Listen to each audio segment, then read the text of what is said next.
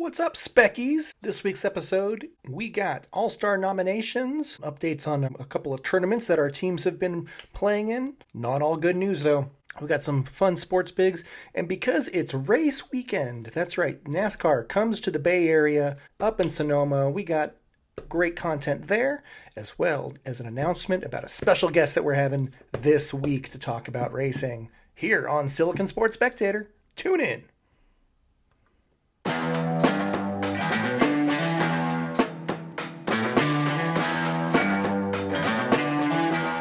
Welcome to this July episode of Silicon Sports Spectator.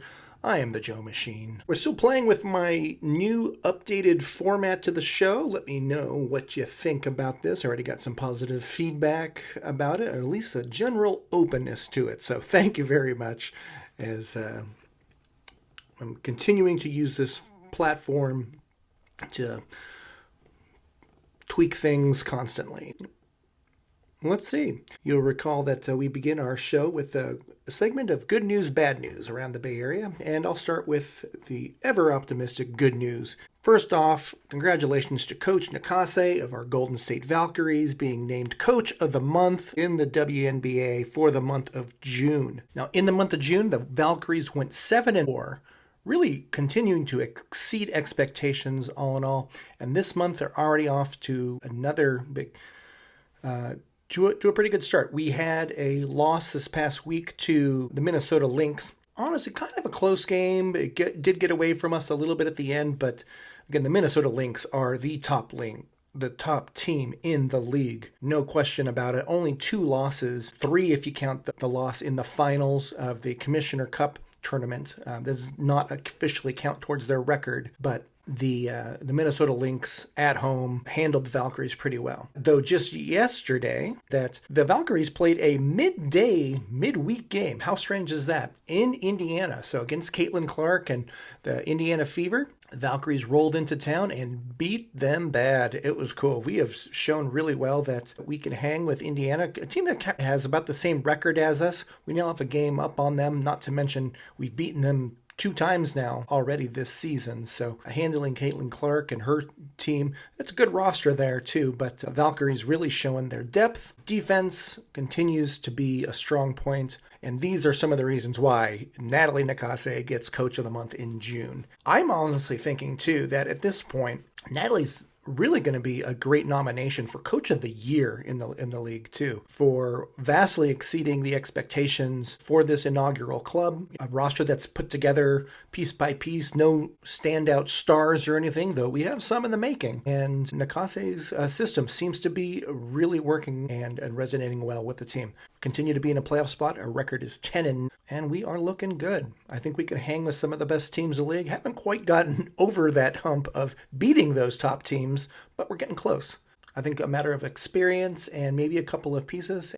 But hey, we're a playoff team. You can make some noise. Anything can happen. Congratulations, Coach Nakase and the Valkyries. Honestly, my favorite team to watch these days. Some more good news to chat about, and that's the Summer League has begun for the Golden State Warriors. Now, the Summer League isn't something that I'm going to overreact to too much. This is where, a lot of early prospects and, guys that we're just testing out come to play. And it's an interesting thing too, because that the way that the NBA does this is some of the games are open to the public. So we had I think they call it the California Classic, sort of a mini tournament that happens. And some of those games were open to the public. In fact, I think if you showed up for one game, you were able to stay for a couple different games on that same day in the tournament. So some good value there. But you're not seeing any big names. Most of the guys probably aren't going to crack an NBA roster. But, it's really their tryout for, say, the G League or who knows.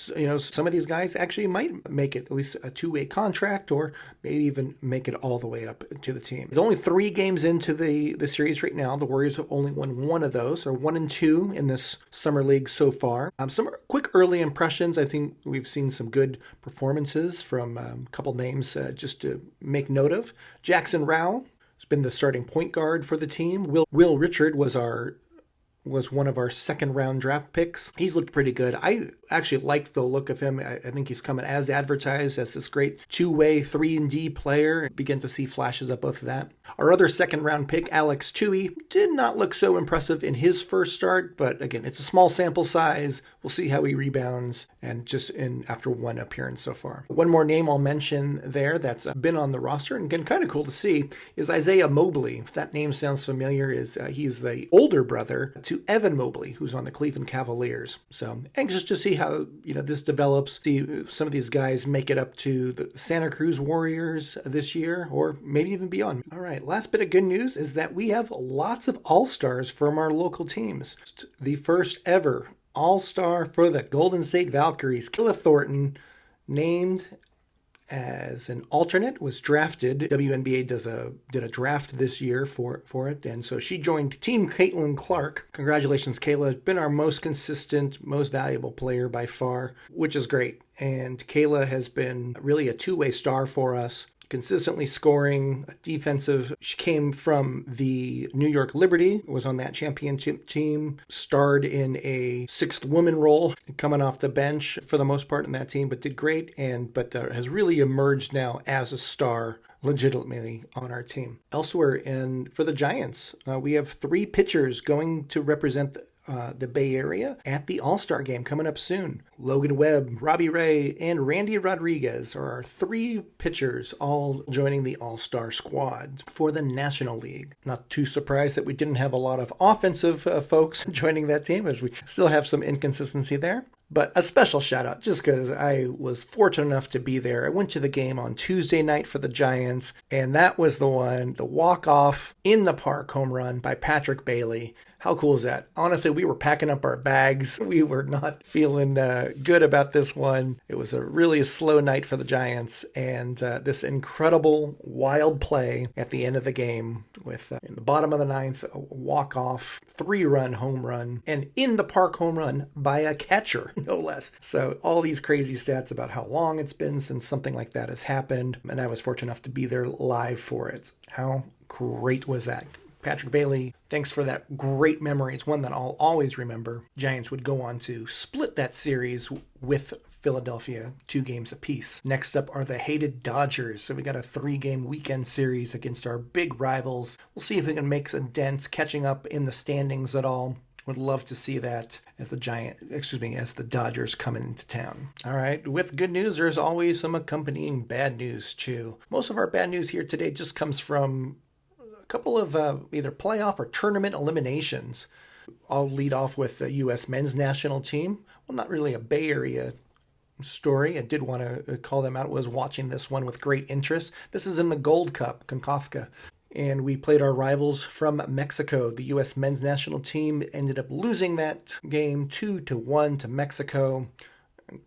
Really exciting crowd there, predominantly rooting for Team Mexico, and the U.S. scored early in that one and not much else. That was honestly my fear, actually, was I knew we needed to score early, but that there would kind of be this emotional letdown if, hey, we got that first goal and maybe not begin to relax, but I don't know, that they would take the foot off the gas a little bit or just not able to maintain that energy. And that kind of seemed like what it was. Tip of the hat to Team Mexico. They simply were the better team overall in that match. Team USA, close. It was a big gear up for next year's World Cup. We'll see how that will all play out. Meanwhile, the San Jose Earthquakes. Also, we've had this tournament run in the U.S. Open Cup, and we had a match on Tuesday night. We hosted Austin FC, fellow MLS squad, here at PayPal Park in San Jose, and the Quakes would go on to lose a very dramatic game in a shootout to Austin. This is one where the game was tied in regulation at 1-1. San Jose scores a go-ahead goal in the first overtime or extra period time, looking great for the team, and then just with a couple of minutes left in this extra period time, Austin again ties it back up. So it goes 2-2. We go into shootout, and it ended up falling. Score was 4-2 in favor of Austin FC. That was a tough one. I know it's not the biggest or flashiest tournament, but it's always nice that we were able to compete in it. A trophy is a trophy, and I say that as a Tottenham fan. So too bad Yeah, that was a quarterfinal round, but alas, with that loss, we are out of the U.S. Open Cup. Nice run, Earthquakes. The last one, and I'm determined to give this sport some publicity, but in Major League Cricket, our San Francisco Unicorns were in their quarterfinals of their playoffs. They were playing against the New York-based team. Now, this is the tournament that takes place at the Grand Prairie Cricket Stadium. So this is a cricket-specific stadium in Texas, and this is where all of the league goes to play. Now, you recall we had a couple of local games here at the Oakland Coliseum that the Unicorns made their appearance at, allowed fans to come out. But then the majority of the league play actually takes place at this one cricket-specific stadium down in Texas, including these playoff games. So now I couldn't find where this was playing on TV, so I'm kind of just watching the score. And cricket's a funny one because I don't fully understand how the scoring works, but I'll give credit to Google just in tracking this game. I'm watching updates on it and so forth. And it was explaining to me, how many runs they needed within how many balls or something. But it's great because you look at the score, and I think San Francisco was up, 100 runs or something like that. These kind of crazy, outlandish scores to us baseball fans, right? We don't really know what that means. And I'm thinking like, oh, that number looks insurmountable, right? You have this huge lead or whatever. But then the other team begins to either chip away or gets their turn at bat, and lo and behold, they caught up, and it was a very close one, near as I could tell. Because as I'm watching these updates, I'm getting into it. Like, it was counting down to say, oh, they need 50 more runs within five balls or something like that. And so I'm kind of watching each one, and it's just getting, New York is getting closer and closer each ball. And I'm thinking, like, without even a visual, I'm getting into these updates. So it's exciting. And I give credit to Google for giving me these sort of contextual updates without any video. I ended up watching some of the highlights though, and it was cool. Good crowd on hand to watch these teams in the playoffs. And the Unicorns, who were runner-ups in the 2024 tournament, they were in the finals, but then lost. This year we get to the semifinal round and unfortunately lost. But it seemed to be a very consistent performer in this league, and hopefully we can begin to take that next step. I'm getting more into this sport, and something that I hope to see. Maybe they get a TV contract. I think they're on some relatively obscure channel.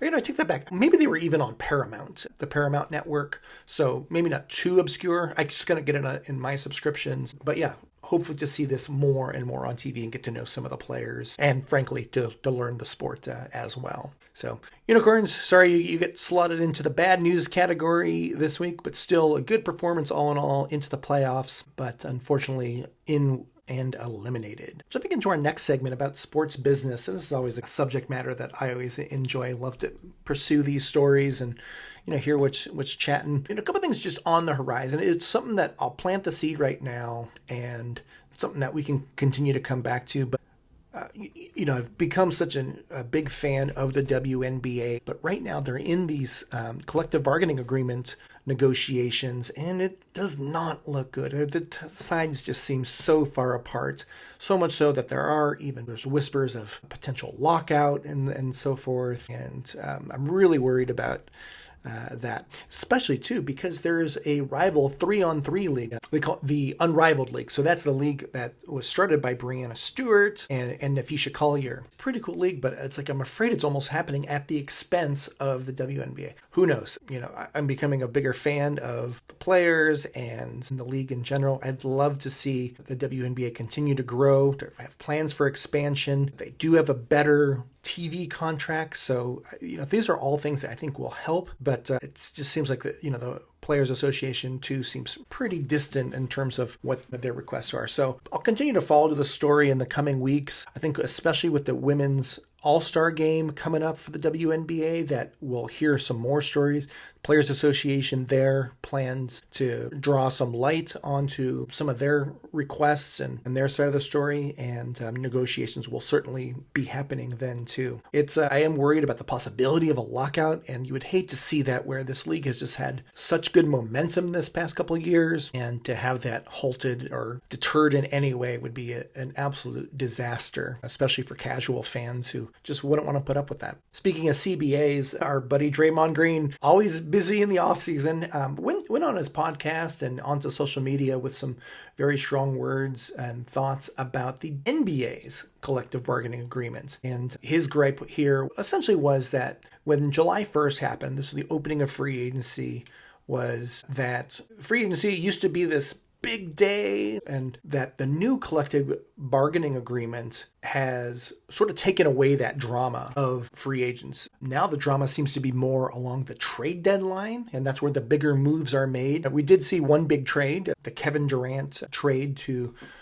Houston. More on that in a second. But just a couple other pieces. Evan Turner, I guess, was another big one on the move at free agency. So it wasn't without drama, but Draymond's point was that, hey, this used to be like the summer premiere day about keeping the league relevant and in the news about it. And this year we did have a couple stories and a couple trades happen. But his point was that, hey, that's kind of gone away in a lot of sense. I always like, Draymond has these very strong takes and in great Draymond Green fashion. So do check out his podcast and his thoughts about it, because I think it does prompt some curious thoughts about it, about the business of the NBA and everything. The Kevin Durant trade, though, that I did mention, this ended up becoming is an historic trade in the sense that 7 different NBA teams were involved to make this trade happen. When it was first announced, it just sounded like Kevin Durant traded to Houston for a couple of players.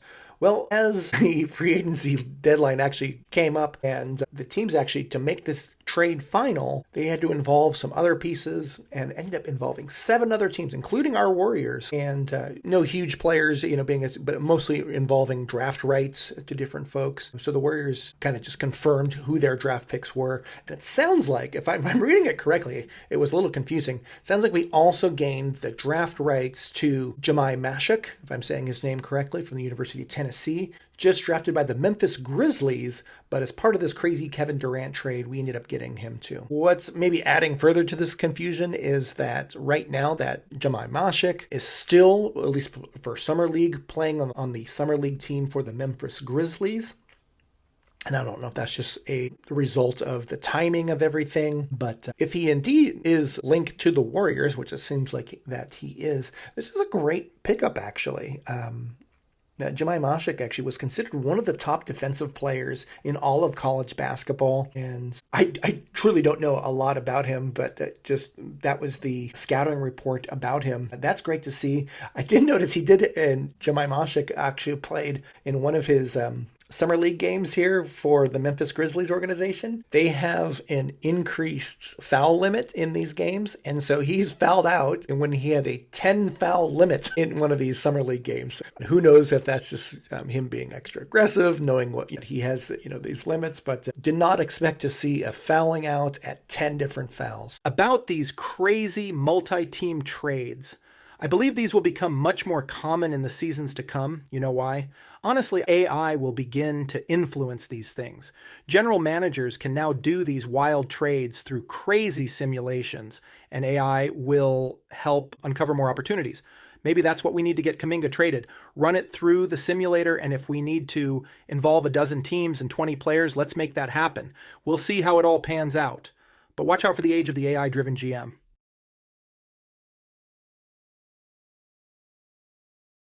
One more basketball note under the sports business area is I did want to give a shout out to Pat Spencer. Did not give an offer for a contract renewal, and so he is an unrestricted free agent, and I wish him the best. I did get the chance actually to work on a project with Pat and really liked him. It was just a community engagement project. He was great with the high school students that we worked with. I really appreciated him taking extra amount of time, I felt, and really getting to know them.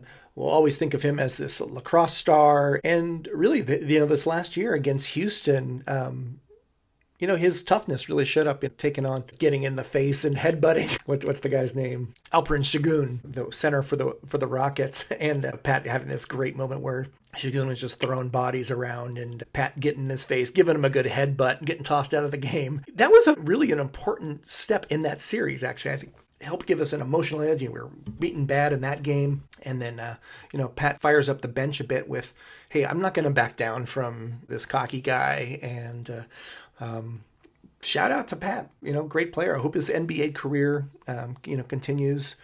And we'll monitor that, see if he can crack a roster somewhere else. Wish you luck, Pat. Thanks for your contributions to Golden State. Leslie, just for a quick conversation too about this, we talked about the Earthquakes and the Valkyries in these in-season tournaments for their leagues and so forth. This is becoming an increasing thing. Of course, we know that the NBA has its own in-season tournament now, and I believe that these seem to be largely business-driven. Like it's a marketing thing. You get some additional partners. The games themselves have a little uptick in viewership, so that always helps. But do they have value for us as fans? I say yes so far.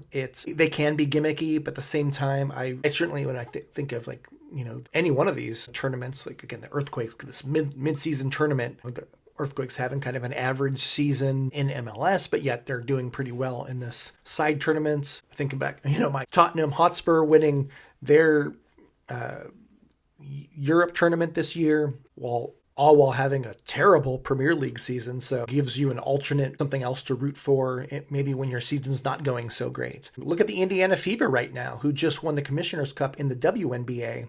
They're having an average regular season, but yet they had this huge win and mid-tournament win, knocking off the number 1 seed and claiming that. So I think upping the stakes in the middle of the season, for a game, gets the audience engaged, gets some new partners and some financial incentives for the players. I think it's all good stuff. There are purists out there that don't like these tournaments. I can really see it either way. I think they're here to stay, though. I think there's too much money involved. The players actually seem to like it, though, too. And watch for the NHL, too. We had the Four Nations tournament last year, and that was so well received. That's going to expand. I think whether it's just adding additional teams or whatever, just judging by how excited that players get about it.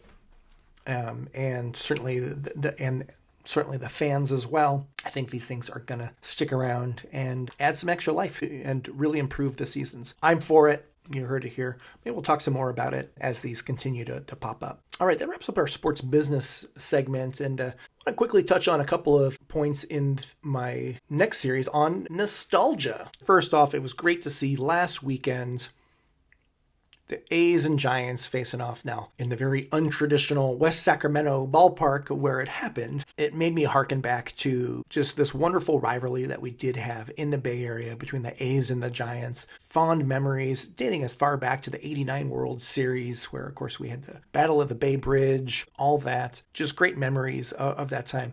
I remember when the National League and American League just began to play a couple of games each season. It was always the A's and Giants. It's kind of this rivalry game, and that was a big, big draw. I always like to go to the Coliseum for that one, where especially when that first began, when this is like in the Barry Bonds year, so it was like, cool, I get to see Barry Bonds destroy us in Oakland, and that usually was the case. I think every time I saw Barry, he always hit one out of the park, which is not a surprise to anyone. But that series and that rivalry, even as baseball evolves or changes, for better or for worse, so forth, this series now we play.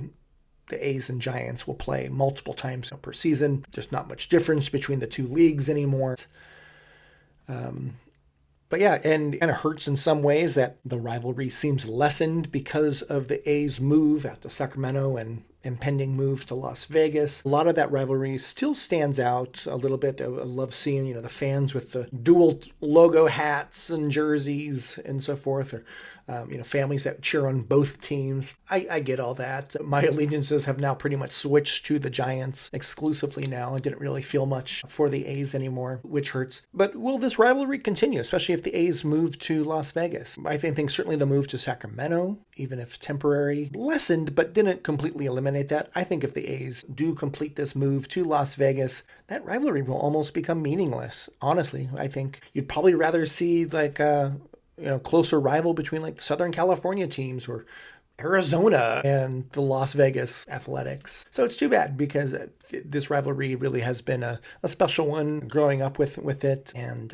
I really do think that baseball is lesser without it. Now that we're getting into all the nostalgic feels here too, if you want another quick piece, last week we talked about Kevon Looney, ended up signing as a free agent with the New Orleans Pelicans. We shared that news, but then just this week actually, Kevon went and wrote in the Player Tribune great piece about his time, thanking the fans for his time in Golden State and his experience there. Really nice emotional piece there. Encourage you to check it out on the Player Tribune. Great publication. Kevon Looney got featured there, thanking the fans for his time as a champion. Last bit of nostalgia here, just because we're heading into race week up in Sonoma. The NASCAR's race, the Sonoma 350, comes to town. Just because I got to experience this many years ago, in the early 2000s or so. It's my first experience with NASCAR at an event. I went to one of the time trials for this, and I had a pit pass and everything. It was a really cool experience.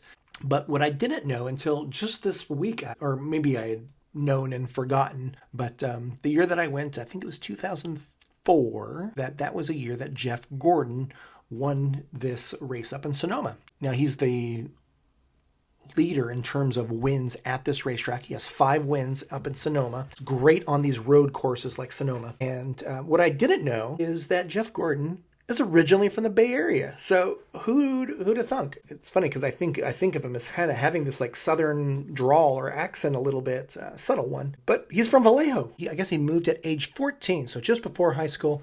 But there's some funny stories about him, on the breakdancing team, and cool story. And I feel like he's maintained this connection to California. So a good little trivia nugget there for you. It's great that he's had such success in the past at Sonoma's racetrack in particular. And of course, gone on, to have this incredible Hall of Fame career in NASCAR. So Jeff Gordon, Bay Area native, who'd have thunk?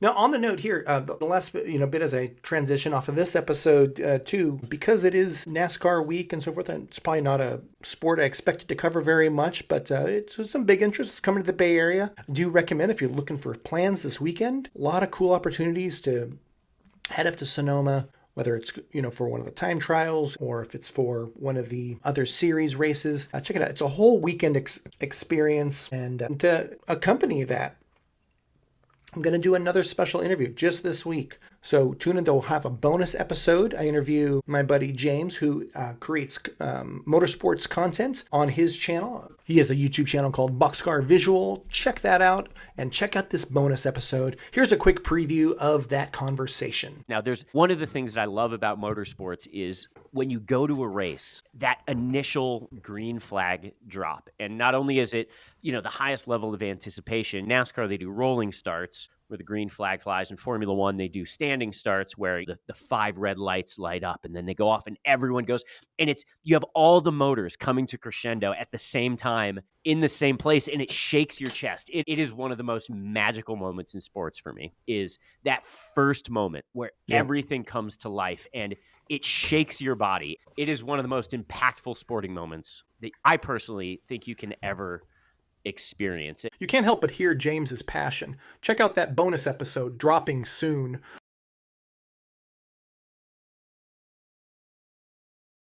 I just love this channel and how we continue to evolve it. More good conversations, more storytelling, but we're always focused on Bay Area sports fan experience. Tune in, check out that bonus episode. And if you haven't already, subscribe, do all the things you got to do to help me promote this channel. It is truly appreciated. Leave me a comment. Let me know what you think. And with that, I'm wrapping up this episode. For Silicon Sports Spectator, I am the Joe Machine. Thanks for your time. Play the music.